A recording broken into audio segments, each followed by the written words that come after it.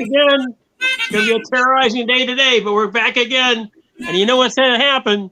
We're going to talk about a massive amount of stuff that's going on. And we're going to have your host, Mark Sweetman, lead us through this pathway.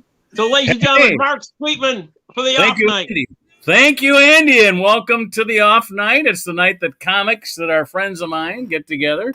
And just like we used to do in the good old days, we sit in the back of the club and, or as the case may be, we sit in front of our phones and laptops and we chat about the events that are happening at our time. Well, everything is appearing to be opening up. So that should be the main topic of the conversation. Let's bring back our regulars in no particular order because I usually mix them up every week. Oh, first of all, Andy, before we get to that, any news from you? Anything we need to know about our beard competition here? How's that?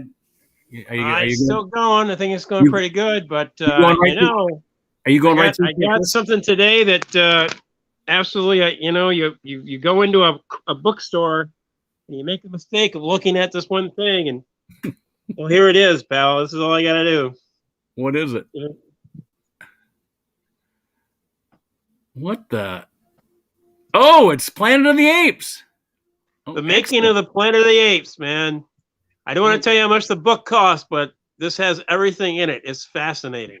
Everything you need to know about the making of the Planet of the Apes. And it's just the original one, not the sequel. So look at this guy's beard. He has no beard yet, but I didn't realize that was actually a put-on beard. That dude is built. That's Charlton Heston.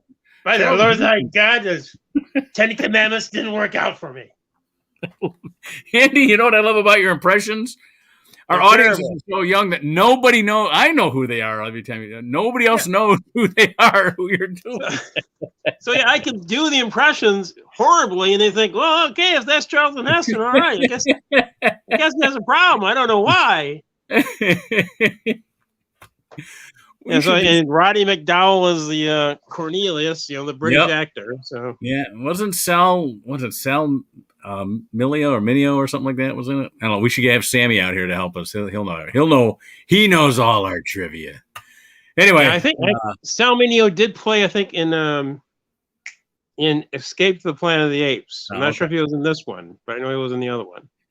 And then there was Beneath the Planet of the Apes. I like that one because they worship the bomb. Do you remember that one? Exactly. Show your true self. Yeah. The bomb. And James Franciscus in it. Yeah. Sometimes I have a hard time with science fiction because of, when they do time travel like that. It's just, time and space and gravity all, interact. And it seems like the equipment is pretty rudimentary for them to be able to do time travel. Yeah. Well, it's kind of a weird thing. Like, what mission are these guys on? Okay, we're going to go 2,000 years in the future. Do you really expect civilization to be? Is this like a suicide mission? Do you expect civilization to still be happening back there? Well, I think that the Charlton Heston movie that is most predictive of the future is probably Soylent Green when we start eating people. Spoiler alert! I'm sorry. I should have said spoiler alert. I'm sorry. That's okay, man. I tell you, Soylent Green. Soylent Green. That was a very predictive movie. It predicted so much what was going to predicted greenhouse gases. It predicted housing shortages. It predicted the overpopulation. Yeah. And then in the show they showed a jar of raspberry jam for $115. Yes. Now how they knew about whole food pricing all the way back to that time is amazing. That's a hell of a prediction. Yes, and yet my kids, when we're watching it with my kids, the thing they notice is the 8-bit video games. Yeah. So they got in the future is 8-bit video games. Yeah, that's it. The future is Pong. Ding. Yeah. It was a little bit better than Pong, but not much. I think it was they had the triangular spaceship that just did a circle. It just spun around, and then you would shoot at the asteroids. I can't remember the name of that game. Asteroids. Oh yeah, asteroids are fantastic. Yeah. Or the end game of Missile Command. You're always going to lose, no matter what. It was always going to be a dead ender. I just played Missile Command yesterday.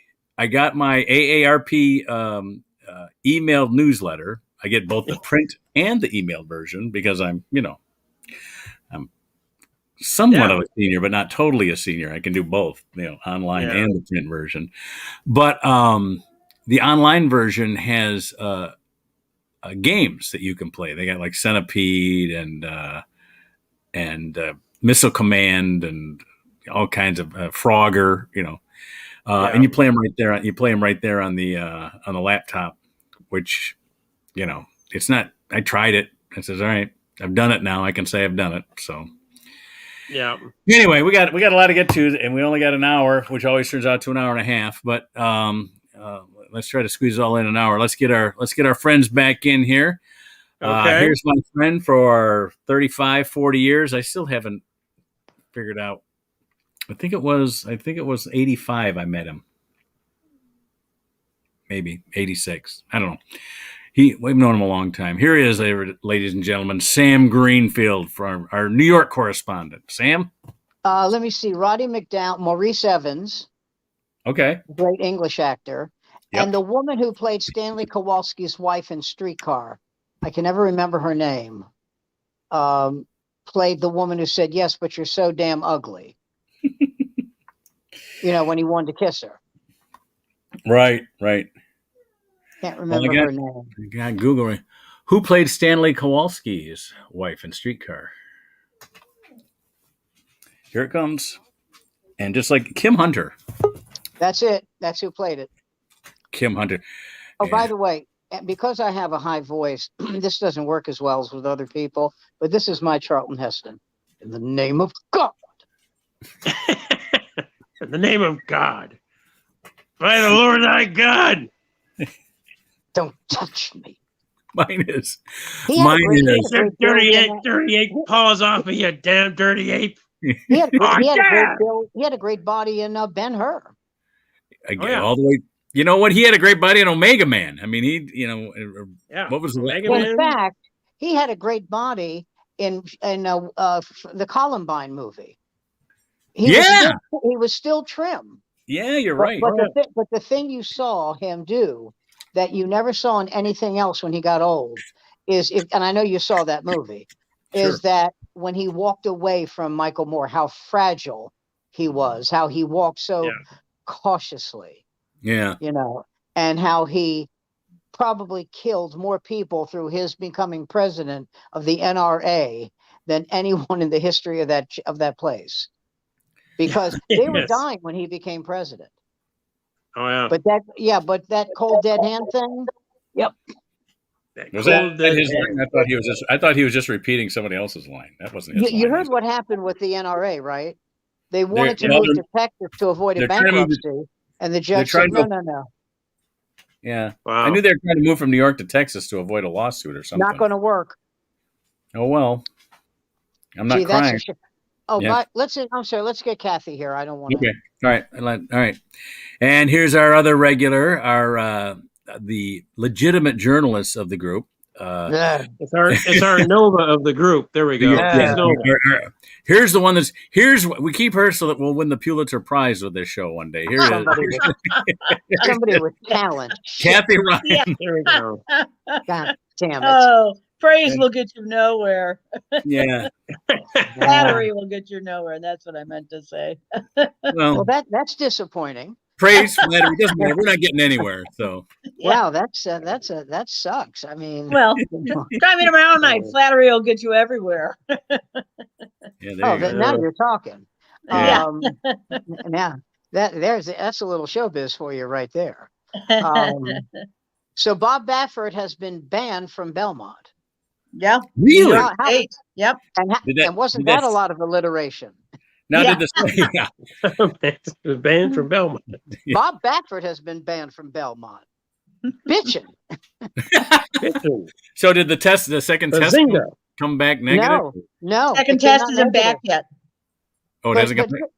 But Not this back. is the thing. His excuse about what was it?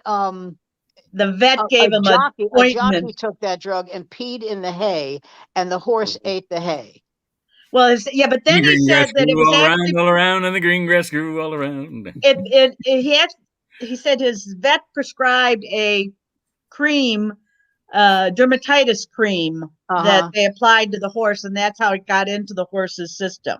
Yeah, that's almost as believable as the jockey peeing in the hay. You know what? Yeah, because every horse wants to avoid a rash. I don't want to make it sound like I am an expert or equipped to. Oh, go ahead. Why stop now, Mark? Let me just say, if I'm Bob Baffert, I don't make any excuses. I go, I don't know how it happened, and you just stay with I don't know. Just you know something? That's exactly what you do. The old Henry Ford, never complain, never explain. Never explain. You know where that happened? He was arrested for a DUI, and he went to the court in Dearborn, Michigan, which, as you know, Ford owns, and he pled guilty. Henry Ford went to traffic school, paid the fine, and when he came out, there were all these reporters there because it was Henry Ford, and they started to ask him questions, and he held his hand up and he went, "Never complain, never explain." Right. And then he shot his son. No. He didn't shoot it. No, Edsel's still alive. Well, you know, it's really funny. Henry Ford Sr., his son was Edsel, and he treated him like shit. Yeah. Oh, yeah. And when when Edsel died, they say it destroyed Ford, which is interesting. It took the heart out of him. It's amazing the dynamics of that. It was actually as he was just riding him. He was a helicopter parent when they tried to give Edsel command of the company, and Henry Ford made some pretty poor business decisions. I mean, they made the Model A and the Model T forever, and pen pals with Hitler. That didn't help. And his anti-Semitic newsletter, that was the International Jew, which sounds like something like if James Bond was Jewish. International. Every time I hear International Jew, I think there should be a theme song with that. Something that's klezmer. Tonight, Israel Bond, Agent Oi Oi 7 in matzo ball.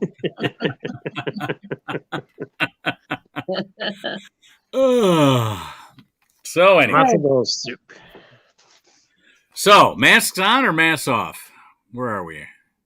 Most of the time they're off. Here in New York, we can take them off outside, but I still wear it. Even outside? Yeah, because I don't know who these people are walking next to me. I don't. Yeah, you're far more congested in New York outside than I filled up I filled up my car with gas today, and I had it in my hand, and it wasn't until somebody pulled up at the other side of the pump, because I'm on one side, another car pulls up, and somebody I put it on. Yeah. But I'm the only one out there. I don't worry about it. But as soon as other people come around, I don't know who's been vaccinated and who hasn't. Actually, my neighborhood, Kathy, is not as congested as you might think. Oh, okay. It's a lot of apartment buildings. Well, there's no houses in New York, Manhattan, but there's a lot of apartment buildings, and we're right off the East River. Oh, okay. Right off of it. So when I go for my walk, I don't wear it. Yeah. Mm-hmm. I don't need to wear it. Yeah. But I almost never am in Midtown. That's what like that scene in Tootsie when he's when you first see him as Tootsie, first see him as Dorothy Michaels. Yeah, there's nothing approaching that in this neighborhood. Oh, okay. Yeah. So and I live in two neighborhoods you might think would be congested: Chinatown and Little Italy. I wear it in Chinatown because everybody smokes. Yeah. Oh yeah. Wow. Everybody smokes.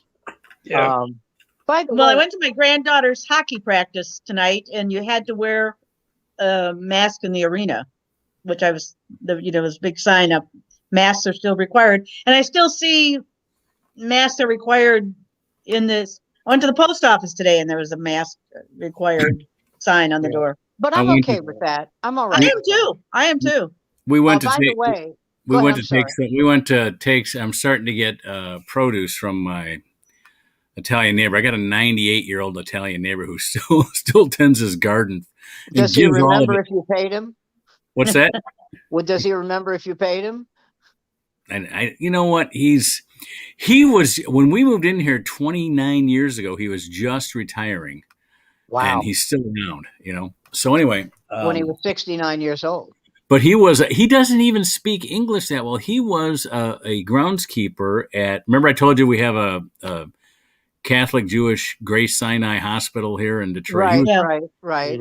He was the old Italian groundskeeper there, and his yard is awesome, and he's the guy that you want him to set up your yard, because he's got the rain spouts all go to the gutters and all So he's an expert. This is an yeah, the gutters don't all, it's not like four corners of gutters. All the gutters in the four corners go into one rain barrel, and then he recycles that water. And I mean, the guy's like 98 years old, and so he came over. When I worked at a meat market, there was a kid I worked with. I was the manager of it.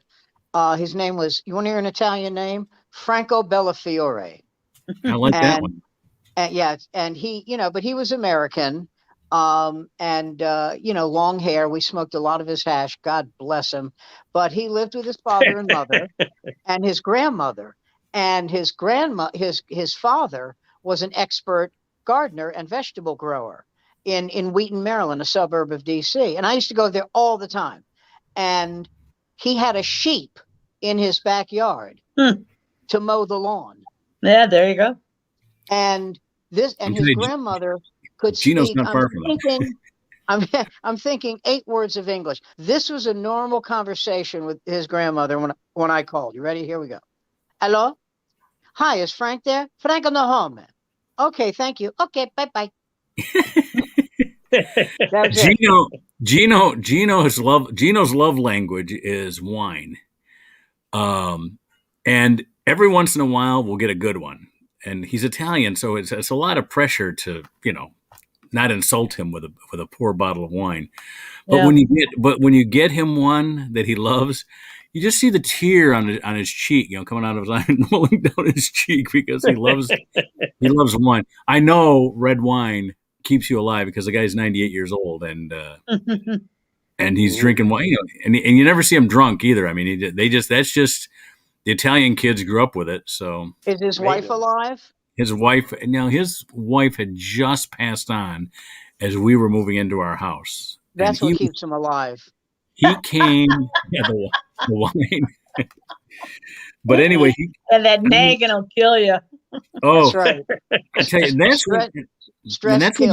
when he started giving us produce. Was sure. Now that the broad died, here, have an eggplant. So I take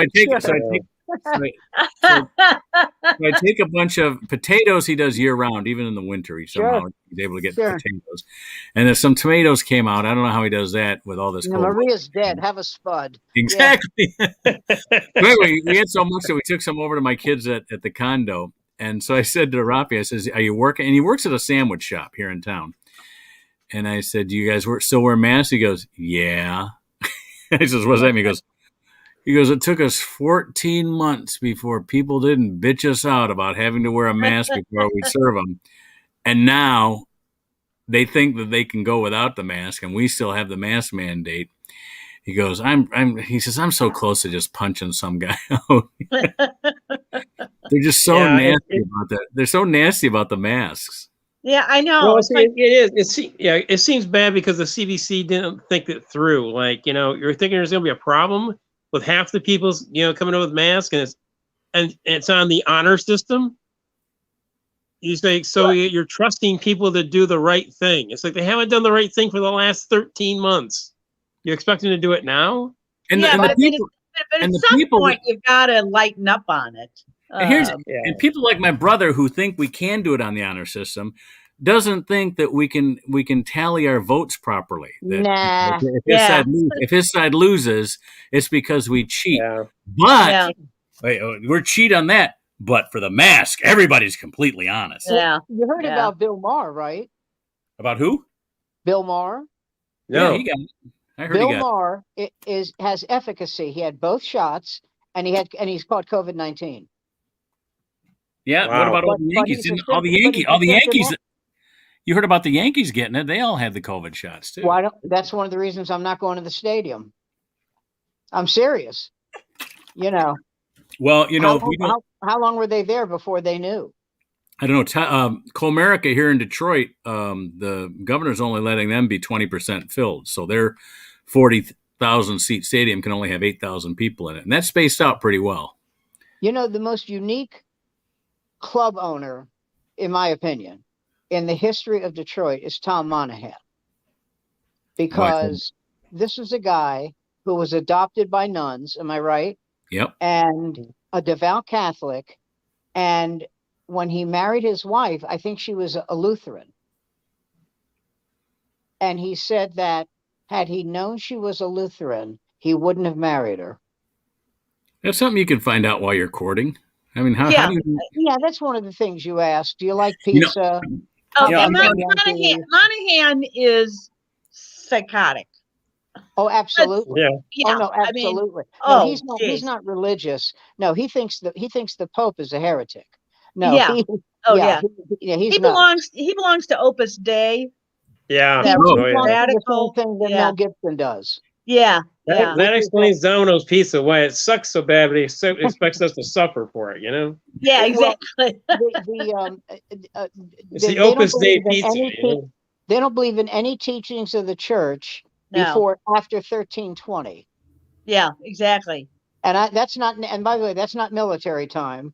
That's the year. Yeah. Yeah.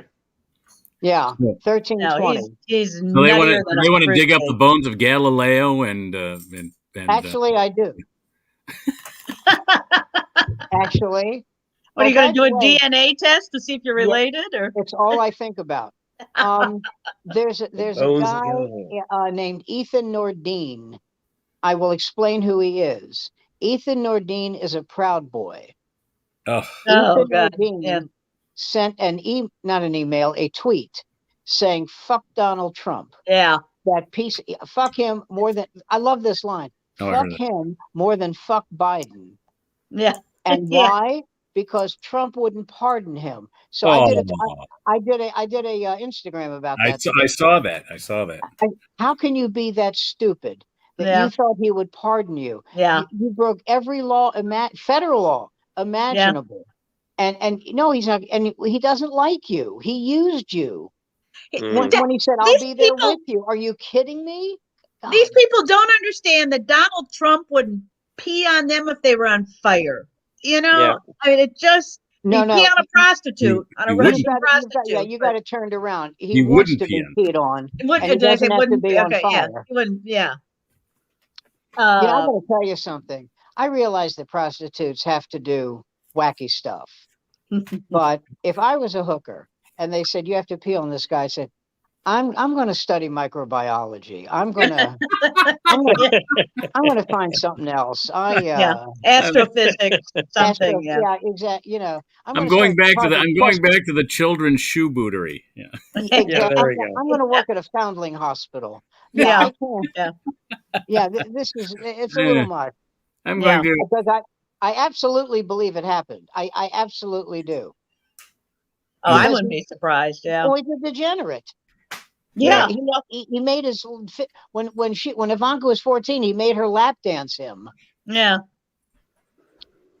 Although I gotta say, no. no. Oh, you would have done the same thing. Well, yes, but only in Finland. I would have been a Laplander dance. Oh, okay. Laplander dance. I apologize to everyone. Thank you. Thank you. It's okay.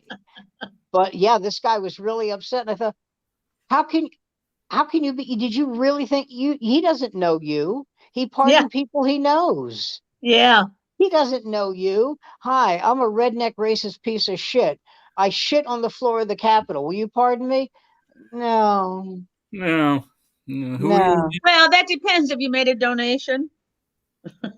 Oh, please. Are you kidding? Or if he's seen you on TV. That's not Trump. Yeah, that's true. I hear his ratings are through the roof. Yeah. Yeah. And by the way, if your name is Ethan Nordine, he doesn't know you. No. Yeah. Right. Here's something I'm ashamed of that happened this week. All Uh-oh. right. I found out that Liz Cheney is not the lesbian Cheney daughter. That is No, correct. she's not. No, she's not. So I say, I'm thinking, I'm giving the Republican Party too much credit for even putting her in leadership in the first place. Forget about taking her. She thought she was Yeah. gay. I thought she was gay. It's her sister Mary that's the gay daughter. Correct. That's right. Yeah. Oh, Yeah. Yes. I'm Yeah. embarrassed now because here I'm, okay, the Republicans are back to being who they thought they were. Yeah, yeah. Did you watch She's so Vice? gay, she owns Did you 3 watch dogs. Vice? What's Vice? Oh, it's The the movie about Vice President Cheney. No, I never It saw that. stars Chris. Who the guy who played Batman? Batman? But it's brilliant. Christian Slater? Christian Bale. Christian Bale. That's Bale. Christian Bale. But it's a brilliant film. It basically lays out all the things that the Republicans did to the country in the last 30 years. Did you see And the it's documentary about? fantastic. Did you see? It was. Did you see the documentary about Cheney? No. You know, No, I didn't see the documentary. well, in the documentary, as time went on, Bush became very disenchanted with him because he got the Iraq War completely wrong. Yeah, Yeah. no shit. And he trusted him, and he got it. And after a while, Cheney kind of got shoved to the side, and he started trusting much more Condoleezza Rice. So I don't know how Bob Woodward does it. I don't know how he does it, but he gets people to talk to him, and they know he's going to print it. Yes, and I know they that. still talk. I mean, he's a genius. I don't Yeah. know how he Mhm. does, and it's not secondhand. Yeah. It's not. No. He's got recordings of it. He's got recordings Yeah. of the conversation. He's got that recording of Trump saying, "I didn't tell people about the dangers of COVID." Yeah. You know, but there's a moment in the documentary where what's his name, Cheney wanted to go in and attack Iran, and this is Woodward talking, and he goes, at that moment Bush rolled his eyes and said, "How many people here agree with Secretary Rice?" Everybody's hand went up except Cheney. Yeah. And then the camera goes to Cheney, and he goes, "Yeah, it wasn't a happy time for me in the White House." But Cheney's such a prick that when Donald Rumsfeld, who shouldn't be allowed to run a shoe store, let alone the Department of Defense, when he retired. Now remember, Bush is sitting there, right, at this retirement thing. It was very, elaborate with troops marching and all that shit. And Cheney gets up, and this is one among the things he says. "I have never had a better boss, nor would I want one." And Bush is sitting right there, Yeah. But I think he spends all his time now fly fishing. Yeah. Well- Keeping his heart, keeping Well, his donated it's heart hard for him pumping. to find a hunting partner anymore, so I guess fishing Yeah. is what to it. Yeah. Well, The worst thing it's can like happen, you get hooked in the mouth, That's what, It's like I said the other day. If you shoot someone in the face and they apologize to you, Yeah. you're a prick. You are Yeah. really, Yeah. man. Yeah. I'm sorry my face got in the way of your gun. Yeah. Mhm. That was one of the questions on Who Hey. Wants to Be a Millionaire. What's that again? What was the name of the guy who he shot? Oh, I don't even know. Dick Whittington. Yeah. You know what question? Two you know dicks what with a question I gun? gave Is that up? what we're talking about here? Two dicks with a gun? Yeah. That's it. Yeah. That's it. Two Got dicks, it. one gun, one chick. Best porn film ever. Wow. But this will kill you. The only question that I, skipped on, like I said, I can't answer, was about Israel. Oh, really? What was the question? What country controls the Suez Canal? Egypt, doesn't it? Egypt. Yeah. Egypt. I had no idea. See, now Oh. that the shit's going on in Israel, Yeah. I find myself as a very lonely Jew Eh. because this is my take on it. One, I'm not an Israeli. I'm an American. Okay, Yeah. that's number Right. one. Number two, no country is always right. No Yeah. country is always right. So did Hamas do some terrible things? Yes. but no country is always right. You know, what they did was they sent an atomic bomb to a knife fight. Yeah. You know, Mhm. and the other thing, when I was in Israel, I had the radio show, and we went to a settlement, which is a nice way of saying Israelis who took people's houses. They Yeah. just fucking took them. Yeah. And so this Israeli woman is saying, it's so terrible. Every night every morning, my children have to hide under their bed in case there are rockets being launched. And I asked what I thought was an innocuous question was, is your husband out often? No, I said, listen, no, I said, who lived in this house last year?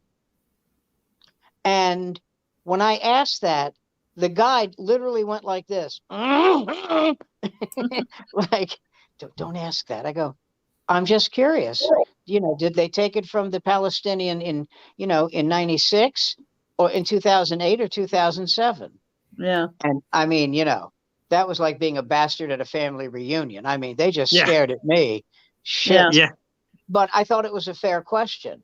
Yeah. And if she had, because it wasn't hers 2 years ago. Yeah. It Exactly. wasn't. Not Jews were going into Palestinians' homes, right? Is that what started this last thing?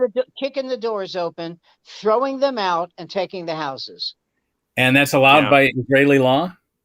That's allowed by Netanyahu. Oh, shit. Yeah. Where have we heard that story before? Did that happen in Germany? Well, yeah, Germany, Yeah. parts of Italy, Yeah. northern Poland. Pittsburgh. It's Yeah. awful. Yeah. But it's. I'll tell you what it reminds me of. I'm the only Jewish guy here, right? Yeah, okay.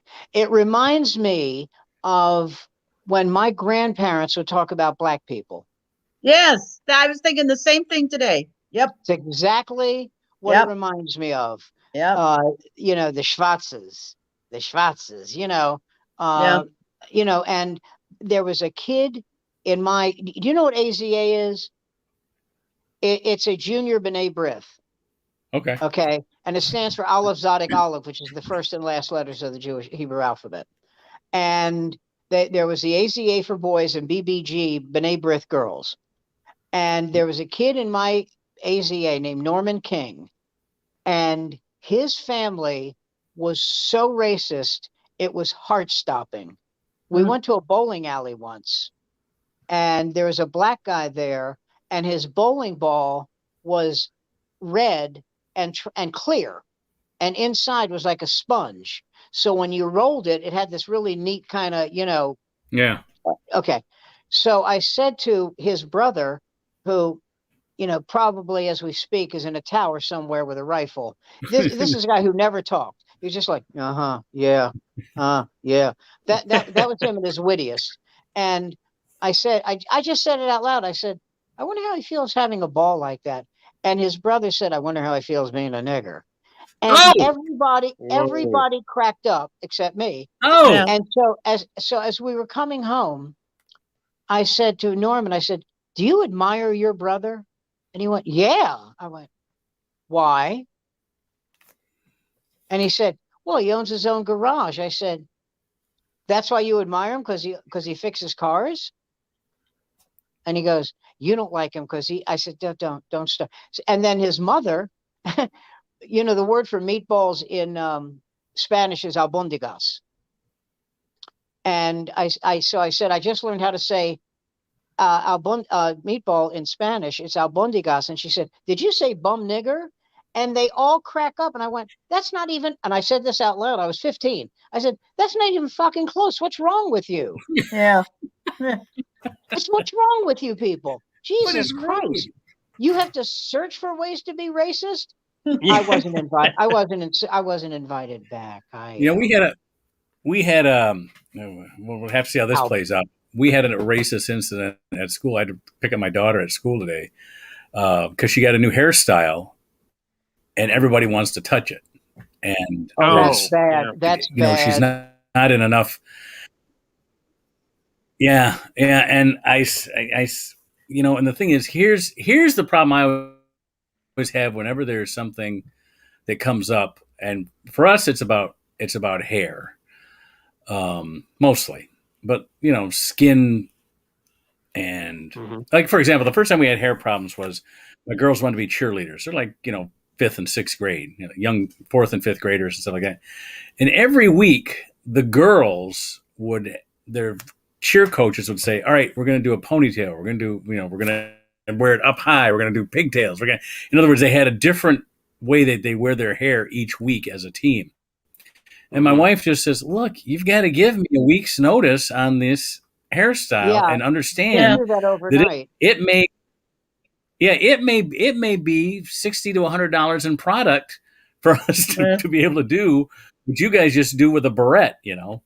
And so that's when it first happened. But today my youngest was having hair yanked and pulled, and he just can't have it. John Oliver had a segment last week on black hair.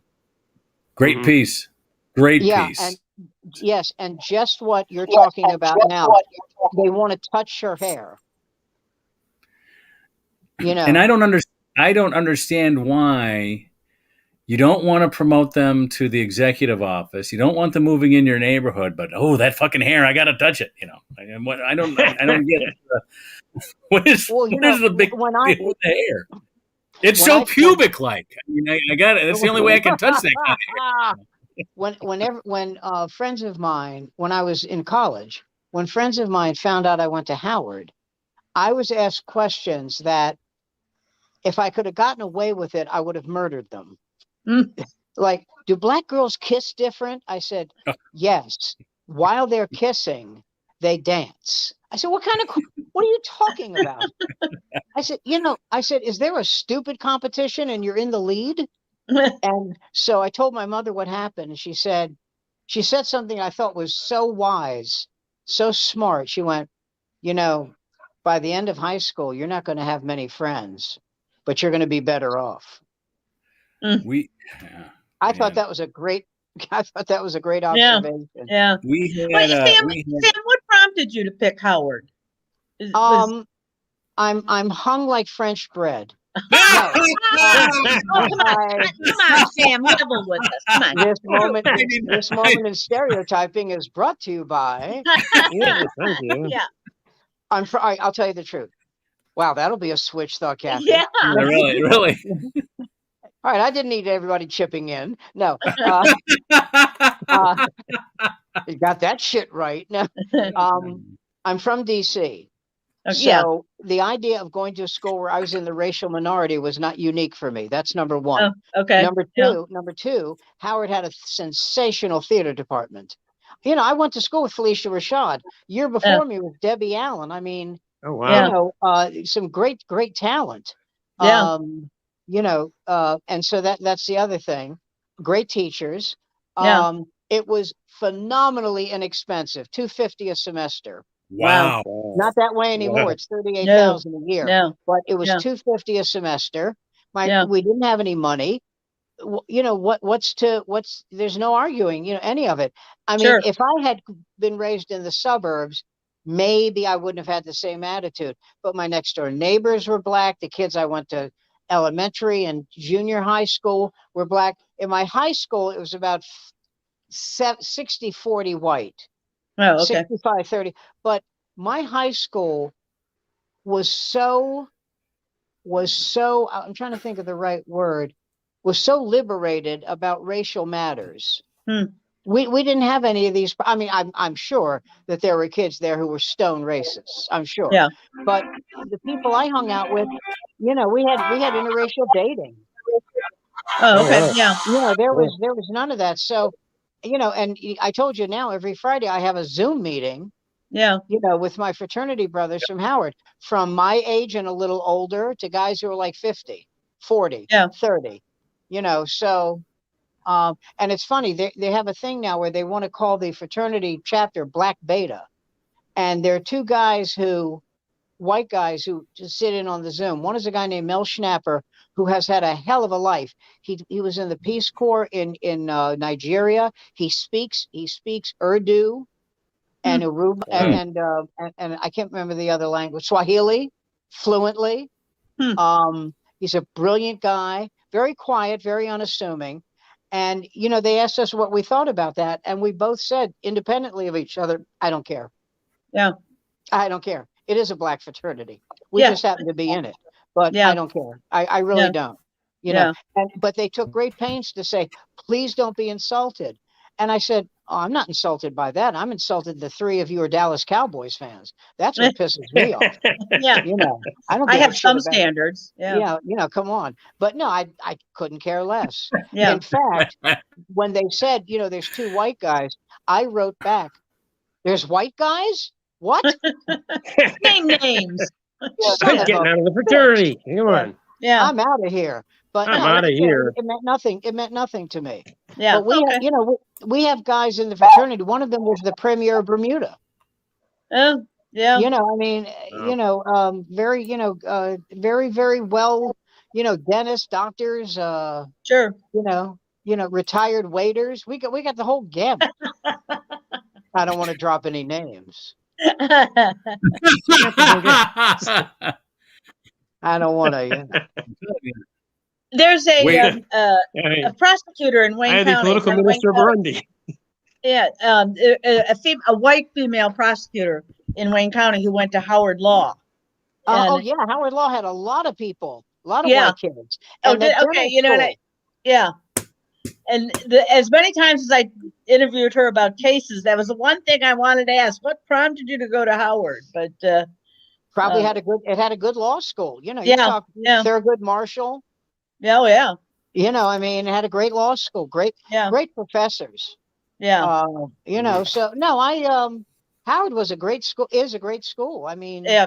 Indeed. part of the problem that Howard had was that it's a private school, but it's funded 50% by the government. And in the 50s and 60s, the Senate subcommittee that gave the money was the most racist, John Stennis and Joel Broyhill. I don't know if you know any of these names, but Marion Robertson, Pat Robertson's father, just stone racists. And Alan Ellender from Louisiana. And there was a scene in the second Roots where Dorian Harewood is talking to Paul Winfield, who plays the president of the school. And these ladies are there who contribute a lot of money to that school. It's not supposed to be Howard, but it is. Yeah. And they asked the president of the school, a PhD, would you sing a Negro spiritual for us? Yeah. And he does. And Dorian Harewood, who's playing like Alex Haley, is like, Yeah. I can't believe you lowered yourself. He said, no, I could have told them where to get off, and then we'd be teaching to a blackboard. Yeah. So, you got to do what you got to do. Those days are gone. The racism isn't gone. I mean, if you look at the Senate, but but the people controlling the money, it's not the same. Yeah. And now Howard gets a tremendous amount of money from private concerns, huge. I'm sure. Yeah. By the way, did you see who's? I don't know if you know this. You probably didn't, because you're really not your concern. The new dean of the School of Fine Arts, Felicia Rashad. Oh, really? Wow. There you go. Well, and I thought Kamala Harris went to Howard. Yeah, Howard. She went to Howard. Yeah. Yeah. It's funny. When we found out it was Felicia, I know Felicia. So I wrote her a tweet and I said, I assume you're going to have a department of comedy. May I offer myself as department chair? Yes. And she wrote back, you are still goofy. That was a no, Sam. That was a That's Yeah. what my wife said. She said it was charming, but that was a thumbs down. That's what that was. She was letting you down gently. Yeah. One of the she and Debbie are two of the smartest people I've ever met in my life. Yeah. Ever. I bet. Yeah. Oh, God. When Felicia was a freshman, she opened for O.C. Smith at Constitution Hall. Wow. Just amazing talent. Yeah. I hate her. Who needs Well, that's that why we went for? into comedy. That's Yeah. That's why. Just no to song and teach dance here. We're just comedians. That's Just it. teach Exactly. that bitch a lesson. Sure, she's worth $55 million. So what? That's right. Speaking of money, did you see Rick Schroeder did? Oh, yeah. God, at Costco. What an asshole! Yeah. What did he do? What did he do? He Costco. didn't scream. He berated a Costco employee because you have to wear a mask. Yeah, he's gone a little wacky. He's gone really Well, he's a wacky. right-wing Rick Schroeder. asshole. Yeah, from the Champ. Yeah. I don't get. I mean, okay, all right. Maybe it's because of all the Republicans I grew up with, whom I loved, because their whole thing was not about being an asshole. It was about limited government, and they had decent arguments for it. You know what I mean? It was. I didn't always agree with them, but it wasn't like if I didn't agree with them, they became assholes to me. I mean, I just don't understand right wingers being assholes. He's beyond that. He's divorced, and after he got divorced, not from his wife now, what I'm about to tell you, he had 2 charges of domestic abuse. Wow. Yeah. So, and here's the thing. They said he apologized to the guy who he berated. Yeah. His apology was, I'm really sorry that I, gave him a hard time. But as we all know, that's not an apology. No. That's not an apology. An No. apology is, I was an idiot and I'm sorry. Yeah. You're Yes, I'm worth sorry I 25 million. offended you. Yeah, you're worth 25 million and he's making $18 an hour. Yeah, exactly. Yeah. Okay. So you're a douchebag. Yeah. Okay. And as we sit here, I'm praying for your death. Yeah. Why do people laugh? May it when be I say long that? and painful. No. Yeah. Why do you laugh? I really mean it. He doesn't benefit anybody. He's like the guy that Don Corleone killed in the neighborhood in the Lower East Side. He said if he needed 300, he wanted $300. If he needed 300 to save his life, I wouldn't give it to him. I'm going to kill him. Yeah. Rick Schroeder. I mean, he's worth $25 million. He owns a 3,000-acre ranch, and he's berating this kid. Yeah. He says, "Do you have to obey the kings who control you?" See, this is why I don't work at Costco, because I would have said, I would like to talk longer, but your wife is spread eagled on one of the mattress displays. Clean up So an has aisle his 3. wife left him? That's great. Vinny with a mop to the vagina. Yeah. Oh, God. Once again, we'll be back to matzo balls after this announcement. Okay. Exactly. Come to our dance, the matzo ball. Yeah. There we go. Yeah. Yeah, So but, is Ricky Schroeder divorced from his wife? Yes. 4 Wow. kids. 4 kids. Wow.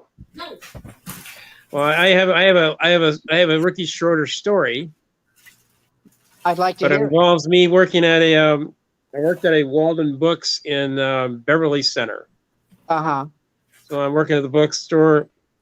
He comes in with his wife and apparently a maid. The maid was acting all really freaking goofy. But apparently I was a really good looking clerk at the time, so they wanted me to come join them in their work for them on the ranch. All right, Andy. The So stable I'd like- hand and- I'd like milkmaid. to take a pause in the story right now. I'd like to vouch for Andy. He was a good-looking young man. So Yes, I was. the stable hand and the milkmaid. All right. Andy, we have to stick up for each other because being in our 60s now, people might not believe. Well, you were a very handsome young man yourself. Yeah, you were- I remember you. You were a good-looking young man. Yeah. Okay. All right, Andy, And go if ahead. you two Moving the would story drop the along. Smith- If you two would drop the Smith Brothers act, perhaps you'd be good-looking again. Well, there's all that's underneath this beard is another chin and chin. So Or it's like, stick a banana in your mouth and say you're doing intercourse. Look. there Oh, we go. I look in the mirror. I want a cough drop. So Yeah. Okay. I love those cough drops. they were great. Those cherry cough drops, Smith Oh, I Brothers. love those. Yeah. Got Did it. you like the mentholated? No. They're like the No. menthol cigarettes. No. That are now banned. Are Wait a they minute. at Wait a present minute. banned, or is it coming?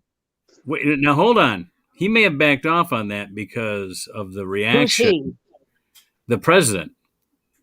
His Health and Human Services director wants to ban menthol cigarettes, Oh, Ugh. Yeah. but Yeah. I don't know why you'd back off of it, Yeah. except you'll lose the black vote. But except for That's- that, well, that's what a lot of people are saying is that's most of the people that smoke menthol is the black community. oh, Yeah. believe me, Yeah. absolutely. You know, when I was doing a gig in Louisiana, and I had a friend who grew up deep, like back in the bayou, and he got us some weed, and I said, what are we rolling this in? You know, and he said, this paper bag. I went, are you nuts? That'll set your chest on fire. He said, well, no one here buys rolling papers because you'll get busted. So they roll it in. I said, I'll pass.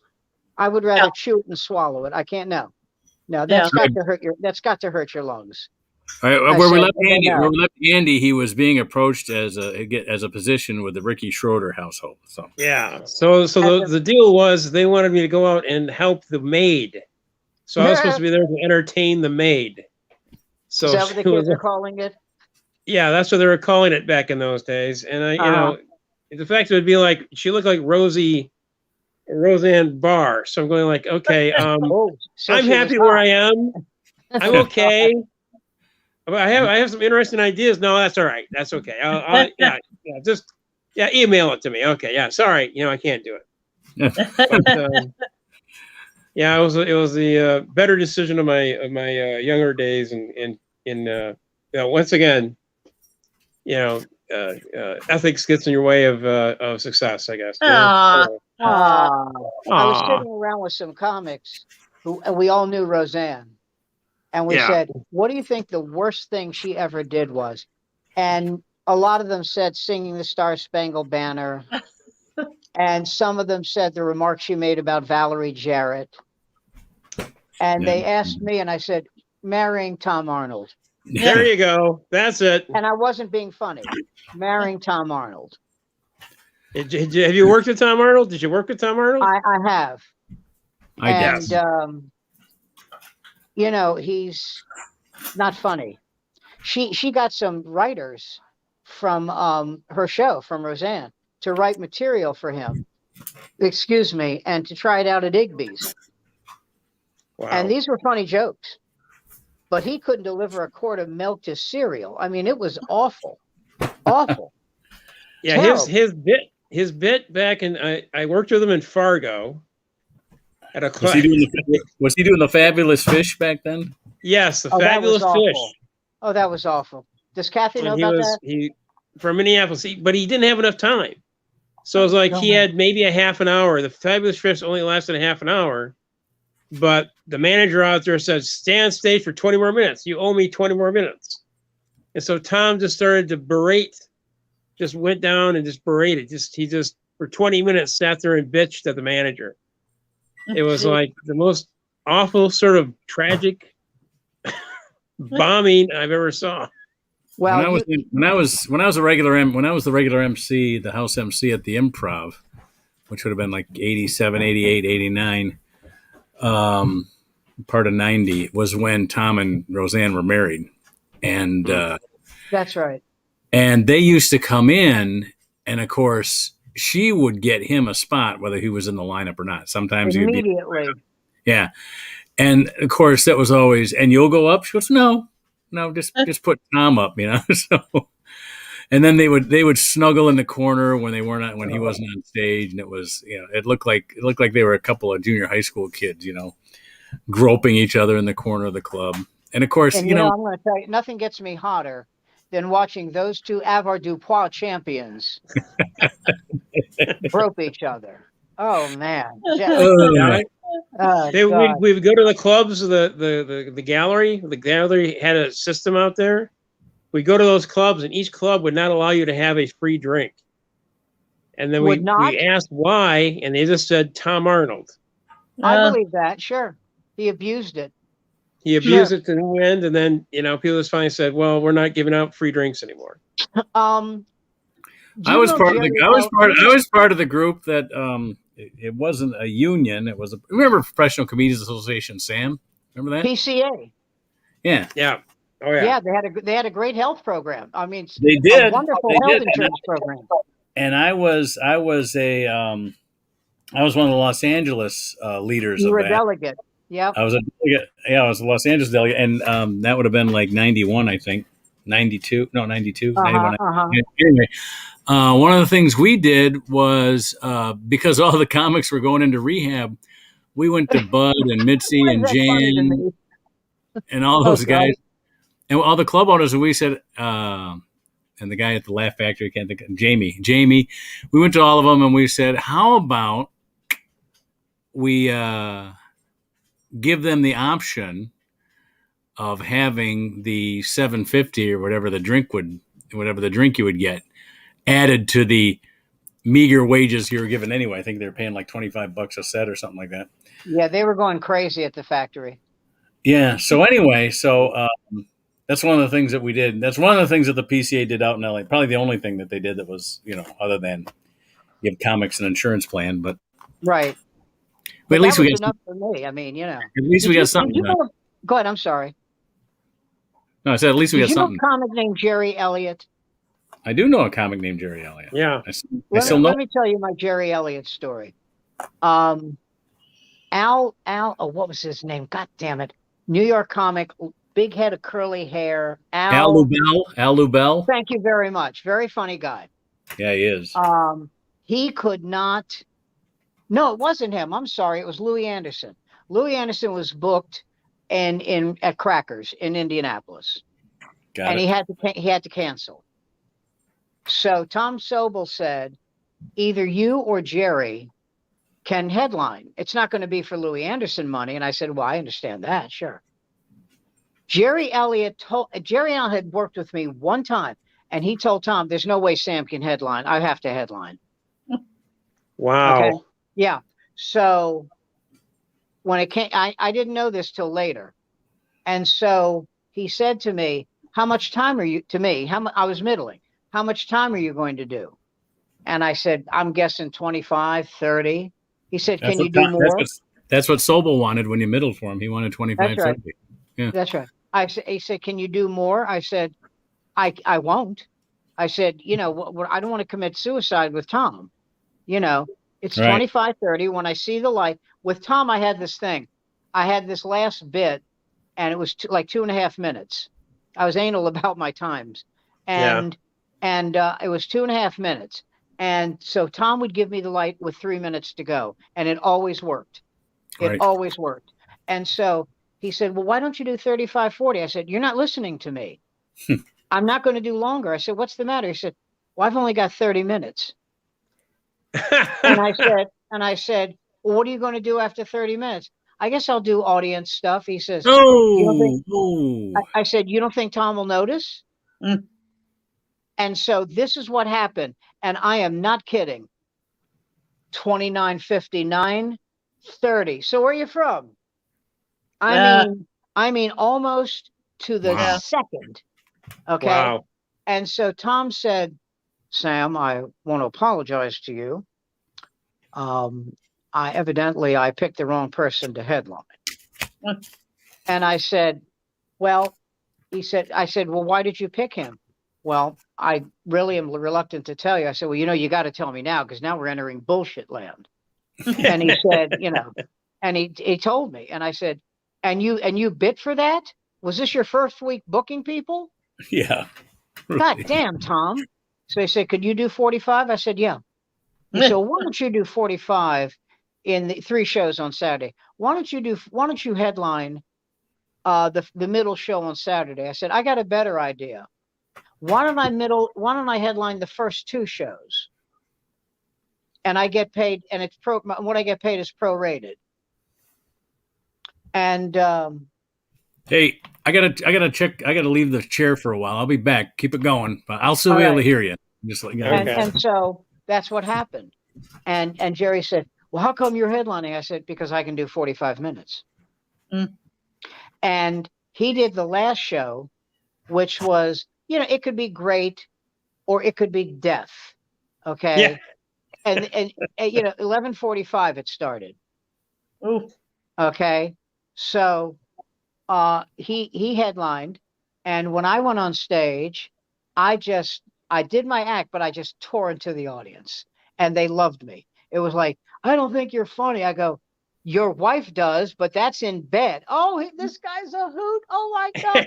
Just no matter what I said, and I don't know why. I'm lucky. Maybe the guy would have come on stage and kicked my ass, but Yeah. but they loved me. And some guy said, "Are you from New York?" I said, "Yeah, that's where I met your mother. You remember that corner?" And they went crazy for me. And after the show, they came up to me and said, "You should have headlined." I said, "Yeah, I know." So after the show, we're at the condo, and Jerry has this girl with him. And I say this with all the sincerity I can. There may be someone dumber than her, but I never met them. I met her, and she was the dumbest person. I told a joke that was so obvious, and she went, "I don't understand it." I said, Oh, "Oh yeah, it's in English. Yeah, probably had you all bamboozled." Christ, And I said to him, I said, I know, you're on the road, and she's going to have sex with you, and I said, sometimes it's not worth it. Yeah. It's just not. It's just not. And he goes, "Well, I'm never going to see her again." I said, "I don't care." Yeah. I mean, I think at any moment she's going to go, "What's that thing in your pants?" I just, which I'm sure other women have said to you, but it just. They say, "Where's that thing in your pants?" Where? Yeah. Where's that thing everybody else has in their I pants? can't find it. Where is it? Oh my God, this is a Little Rascals on Turner Classic, like a 10-minute short. Not a black kid in the room. There's 40 kids in this class. Yeah. No buckwheat, no stymie. Oh, I see a sign, no Jews. See, that's not good. I don't like that. A little too obvious. Well, Ray Romano had such a great comic. He had this great joke. He said, this friend of mine said to me, "What is it about me that people don't like?" And I said, "That." Oh God. He's probably the person who I know personally who's the richest. Ray Romano? It's either him or Tim Allen. Oh yeah. It's got to be one of them. Yeah. Yeah. Yeah. Because Tim had 2 series that lasted a total of 17 years, 18 years. Yeah, long time. Yeah. But Ray had a series, and now he's doing movies, and he's producing the movies. Yeah. Boy, you talk about a nice guy.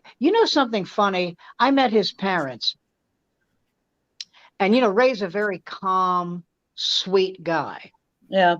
And his parents are like that. And he said something once in an interview, and it stunned me. He said, "If my father or mother had ever hugged me, I don't know if I would have become a comic." Yeah. There you go. I thought that these were like the nicest, sweetest, Yeah. Italiana, but wow, that's a hell of a thing to say.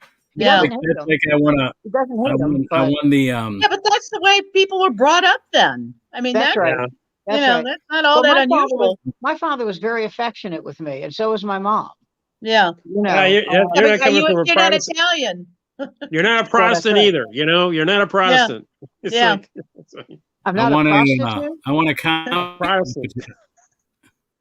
Not prostitute. You're not a Protestant. Oh, that's true. Did you want to say something, boss? Those words are so close. Hey, the Yeah. Yeah, it's I almost remember why similar we in went on- respect. Yes. I won a comedy competition once, and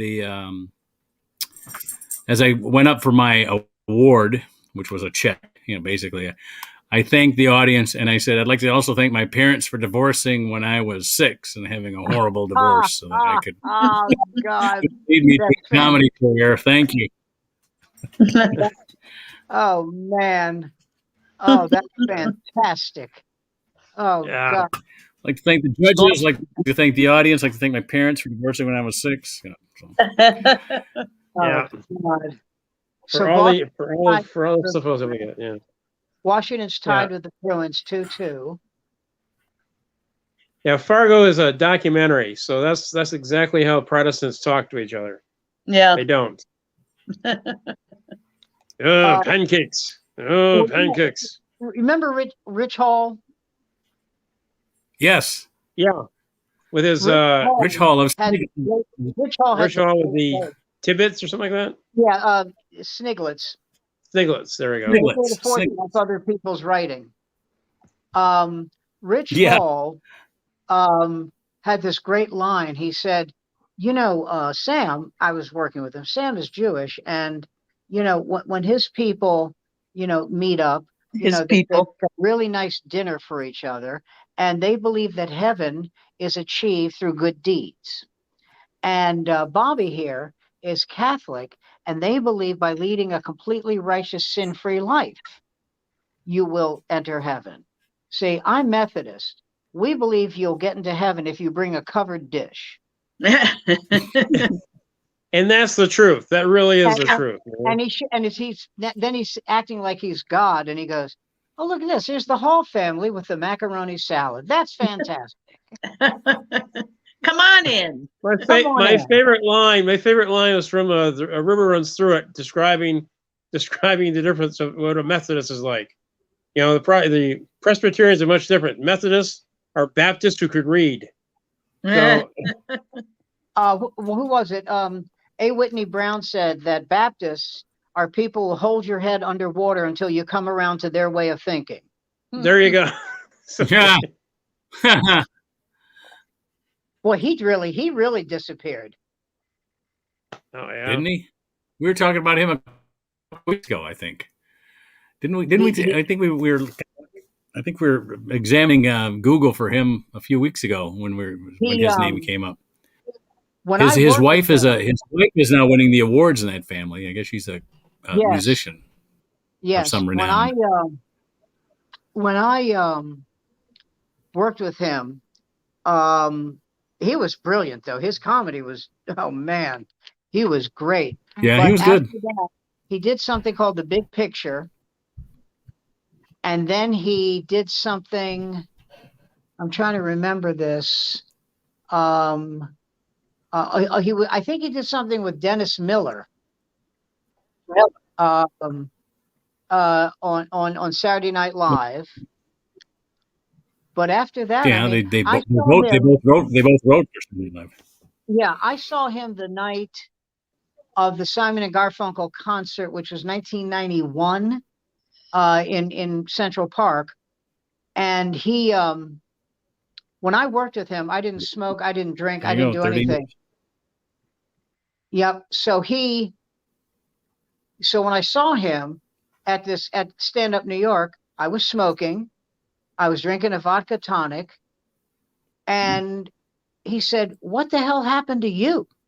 And I said, "I was just trying to make you feel like shit." That's all. Did anybody watch SNL this week? I did, and I loved it. I did. Yep. Yeah, me too. Yeah. I did. I thought it was great. That bit with the Muppets, the two guys in the balcony. Oh my god! Oh my god! That was hilarious. I mean, haven't we all been there? With where's security? You know, yeah. And also, what's his name? Kate McKinnon as Fauci. Oh, yes. Always a good one. Yeah. Fauci. There you go. I get a little steamed, you know, people talking about how, you know, it's not as good as it used to be. It sucks. No, it's better. I think it's better. I think the best years, I think some of the best years were when Tina Fey was writing and you had Amy Poehler. But the early years, I remember the last half hour of that 90 minutes, you could actually hear white noise. Go back and watch the Rob Reiner episode, and you'll never say that it was better the first season. Well, and the thing was, they did something that always bothered me. And although I'm sorry he's no longer a senator, I couldn't stand Franken. Because he got permission from Lorne, who adored him, to do the last 20 minutes, him and Tom Davis. And they both went to Harvard, and it's part of that, oh, you don't get it humor. Yeah. You know. Yeah. And no, I don't. I will agree with you, except for one thing, Stuart Smalley. Oh no, I'm not saying everything he did was shit. But 20 it wasn't Stuart Smalley. That was earlier. That was earlier in the show. Oh, okay. I'm talking Got it. about crap he did with Tom Davis, which I think they wrote during the commercial. Oh, gotcha. I mean, Gotcha. it was terrible. Yeah, quick, throw something together. At the 2004 Democratic Convention, I was covering it for the radio station I worked at, and it was in Boston. So they gave us, it was really nice. They gave us train tickets on the Acela back to New York. And on the Acela, there is a quiet car. Okay. Yeah. You can use your laptop, but no cell phone, no cross conversation. I mean, none. Yeah. And Franken's sitting there with someone, and he's talking. Mm. And this guy gets up, and he tells the conductor. And the conductor, who was from Boston, said, "Ladies and gentlemen, you're in the quiet car. The quiet car." And there were signs up. This is the quiet car. And he said, please heed this. And Franken's going, "Why the hell do I have to?" And a guy turned around and said, "I will pop you in the fucking mouth if you don't shut up. I swear to God, I will pop you out. It's enough. Stop acting like a mess." And I said, what he said. Yeah. Ditto what he said. Yeah. Yeah. What that guy with the piece said. Yeah. But should we be worried where Mark just took us? If Where is he now? somebody stole your laptop, Mark. Walking. Yeah, I'm here. Oh, hell's okay. broken loose. Yeah, I just don't want to see any. I don't see any strange photos coming on. Yeah. I got a gazillion things going on in this house. So Yeah, we're afraid of that. So Yeah. Something. Taxes are due at midnight. And my daughter, my uh, now adult daughter, has decided that she's not adult enough to do taxes. So Hey, file for an What's going extension. on? And That's what I did with my adult daughter filing her taxes the first time. what did you that's do? probably good. I did that with a couple of my students. we did them last week. TurboTax? Yeah, one of my dearest friends is my accountant. Oh, cool. I should do that. I haven't paid to do taxes in 20 years. Yeah. But Nice. I was stunned at how easy filing for an extension was. You just send in your name and address and social security number, and we've got till October now. So That's right. Yeah. That's right. yeah. And I mean, this is a kid who is probably getting back a refund. It's not like she has a portfolio of I don't care if it investments. take 10 years. Yeah. Well, this has actually relatively been the easiest tax I've had to do in the last 25 years because I don't have money. Yeah. Well, I've had no money for the last 25 to years. do when you're poor. Yeah. I'm poor, but it's Yeah. all been on the government dole and 1 3-month spot of drive and lift. Well, Yeah. I learned a lesson the hard way.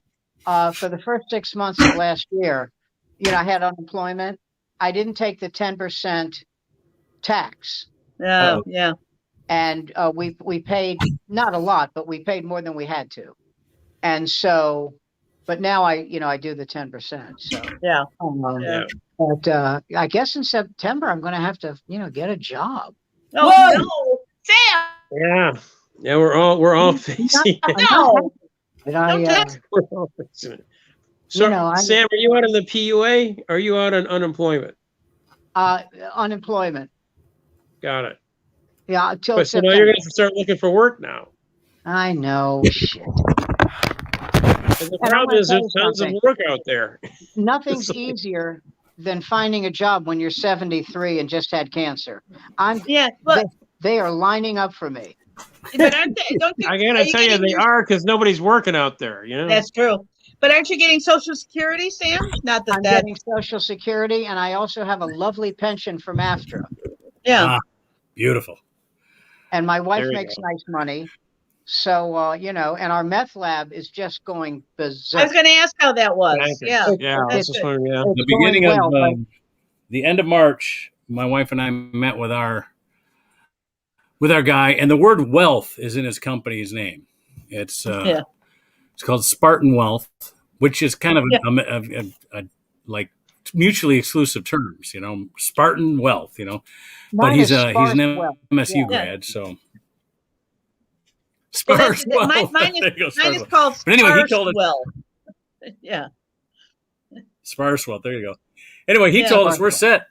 So all he Spartan said Wealth. was he found out we had this. He found out that American Express used to have a life insurance company, and I bought an annuity from them. And in the contract, it was guaranteed 5% interest forever, for as long until I annuitized the thing. It's That's great, better than the and it now makes more money than I put into it. I still put in That's like better a than couple you hundred get a month from or something the bank. like that. Yeah. And he said, "Put more in if you want. You're never going to get a return." Yeah. Exactly. And so they're kind of stuck on that. But I've had since I bought it when my second son was born. So that would have been like 89, 90, probably Wow. a few months Do you after he was think born, birthdays, Mark? end of 89. So. Mark, you What's depress that? me. You really depress me, Mark. birthdays? You're not supposed to be responsible as a comic. As a comic, you're Yeah. supposed to throw it away on whiskey and women and never. You're supposed to Yeah. gamble it away. I didn't No, play that's- that game. Or put it up your nose. One or the other. Yeah, exactly. No. We were getting paid in cocaine back then. It's You were supposed to My- be my getting wife- cocaine. If my It's wife were here, amazing. she would. Yeah, if my wife were here, she would tell you all the things I wasted money on. It Well, we've all done that. It's almost as if she Baseball keeps a card. ledger. Yeah, I say, and of course, my response is always, you can spend whatever money you want if you just shut the fuck up. Just don't Mark talk said about. that to me one time. I'll be right back. Say nothing. I'll be right back. All right. Okay. So anyway, no, but anyway, he told us we're set, and which is great because Sue doesn't retire for another 6 years, and so now she's saying, all right, I'm going to look for a better job. Yeah. Take this job and shove it. Yeah. All I'm going to tell you is travel. Travel Yeah. where you can. We have already got travel in the plans. No, I'm not saying plans because I tell you, as a cab driver, as a Lyft driver, you know what? If you sit and wait till you're retired and are sitting on a pile of money, what's going to Yeah. happen is you're going to go from your home to the hospital to your home, and you'll have Yeah. tons of money. Use it. Go out and travel somewhere. Take some time and take your wife and travel. Before Well, We're you going can. to New York as soon as Broadway opens up. I think we're going back to New York for a show. Sam, Yeah. Go to Europe. Go to Europe. See Scotland. See We're some going to- places well, we you want wouldn't to- normally go. my wife wants to go to Ireland, which is great because I don't have Yes. to talk her into it because she's not Irish and I am. Yeah. There Go you to go. Ireland. Do it. I'm- Do it I'm next. Irish. Do it this month. My dad's Irish, my mom's Italian, so Do well, it. Do it well- both. Do them both. Ireland and Italy. As soon as you Well, can. yeah. The problem is I still got kids at home that we can't leave here because we don't trust them. So Yeah, at least this could be an You have international insurance on incident. the house? Is What's the that? house insured? the house is insured. I just- Then go. Go. All right. All that's going to happen is they'll help you get out of the house. Yeah. Instead of them You know moving what? the house, you've got to move out of the house. Actually, when I was doing cruise ships back in the 90s, my wife would come with me, and that was sort of like a working vacation, which was kind of nice. Yeah, that'd But be you fun. you only cruise in the Jamaica in that area, right? I did the West Coast, the L.A., San Diego, Ensenada, and some of the ones. That's like touring New York the five boroughs in New York, man. That's The not circle line going around You know, the you know what? It was $2,500 a week, and I only had to do 2 shows. So that's you know. great. Wow. But did you go to Alaska at least? Yeah, I did one of those. That's Okay, fantastic. cool. That's good. All right, I'll leave you alone. Did all the shows have to be clean? Yes, back then they did. Yeah. Now I talked to Yoder. You remember John Yoder? He books cruises now. Remember John Yoder, Sam? I thought he was out of the business. No, his company. I don't. He's probably retired by now. He's old enough. I think his son, maybe his son does it. His kids run it, but the deal he had was he wanted basically a 90-minute tape that showed like 20 minutes of G, 20 minutes of PG, 20 minutes of R, and 20 minutes of X. And he had a gig on one of the I can't remember which cruise line he works with, but where you do a 6, an 8, a 10, and a midnight show. And the crowds do turn because it gets more adult as it goes on, but it basically is in the same showroom. And Christ, that sounds horrible. What's I that? can't imagine trying to do a comedy show to kids. I mean, a 6 o'clock, perfectly clean show because they're kids. Who takes their kid to a comedy show? How many of you little girls are menstruating? Show of hands. I did it. I mean, all right. I mean, so much of my I'm stuff. raising my hand for one time. I actually did it. Did you? I went to see Dave Coulier because my nieces were in love with him because of Home and whatever that show was. Yeah. So they were 8 years old. There's an exception. Yeah, but you were going to see Dave Coulier. You weren't necessarily going to a comedy show. But then I realized the person opening was we know him, but also Dennis Miller was headlining. Oh, geez. So it was like the guy opening was talking about, shit fucking damn. Yeah. And then, I got to try to get him out before Miller started swearing off. So it was just like, oh, jeez. It was a run. I hope my brother didn't kill me after I took him. But I'll tell you something. But Dave Coulier has the pull now that he can, because I've opened for him a lot. Uh-huh. I don't do a lot of adult humor. So I've opened for Dave Coulier quite a bit, and I get requested because he has the pull to make sure that nobody cusses or talks dirty in front of him. Yeah. Oh yeah. Yeah. When I worked with Dennis Miller, it was 1986 for the Panic Brothers in Kingsport, Tennessee, suburb of Knoxville. Yep. And it was me, it was Dennis Miller, I middled, and Ron Ramey was the opener. Maybe one of the worst human beings I've ever worked with in my life. And I discovered something as a side note about Ramey. Dennis Miller thought he was a wonderful guy. Alan Havey thought he was a wonderful guy. He passed away. He had cancer. And they both thought he was terrific. And I couldn't figure it out. And then it hit me. They're the headliners. He was kissing their ass. Yep. Yeah. So they thought he was peachy. But when I worked with Miller, I drove from DC to Knoxville. And Dennis and I drove around for 3 hours just talking. And he was not the Dennis Miller you see now. No. Thank God. He was a nice guy. He was very reasoned, very smart. And I'll never forget this. He said, I don't give advice to other people because you're a funny guy and you don't need my help.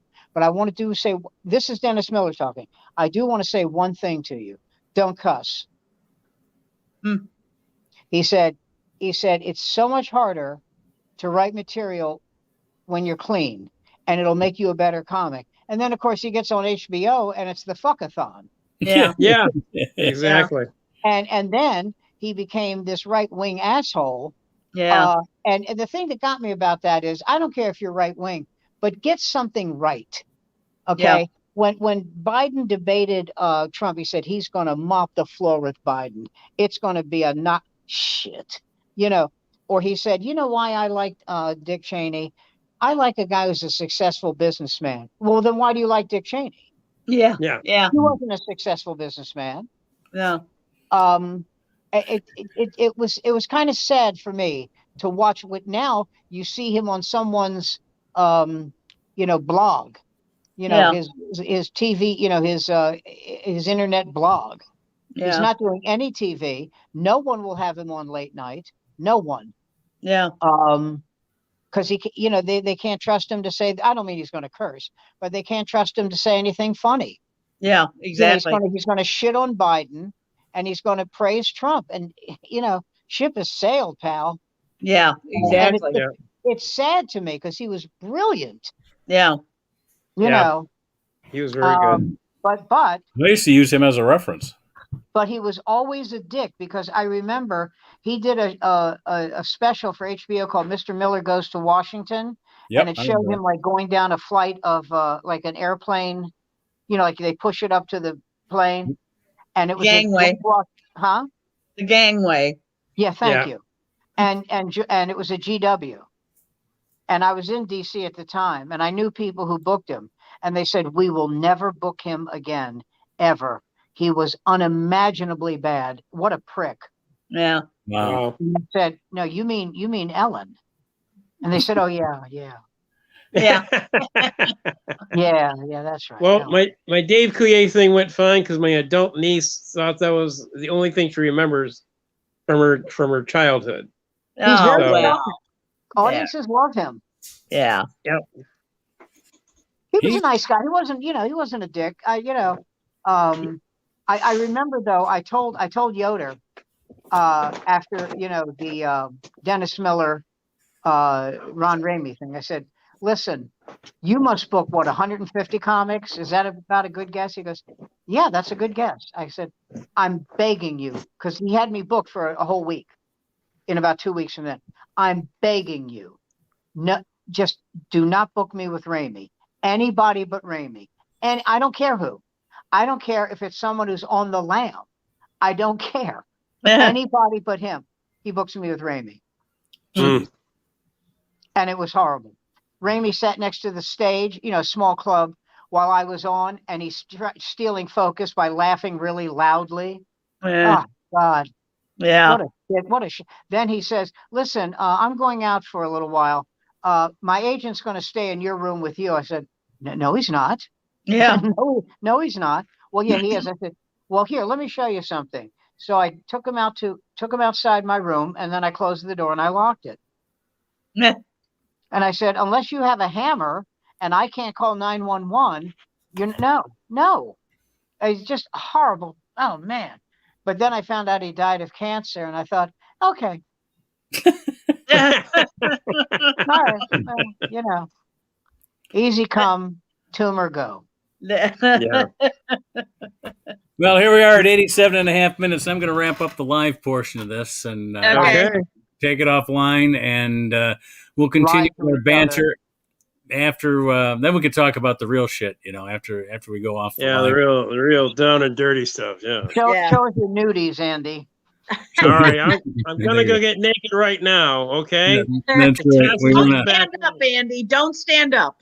That Yeah. hot All night right. with Nancy We need Reagan. to find out. We need to find out who Rick Schroeder's maid has to look like in order for him to take up the offer. If it looks like Roseanne, it's a no. Let's see who he will accept for. All right, no. we'll see everybody next Monday at 8:00, and join us if you will. So Why, long, are we coming buddy. apart? All right.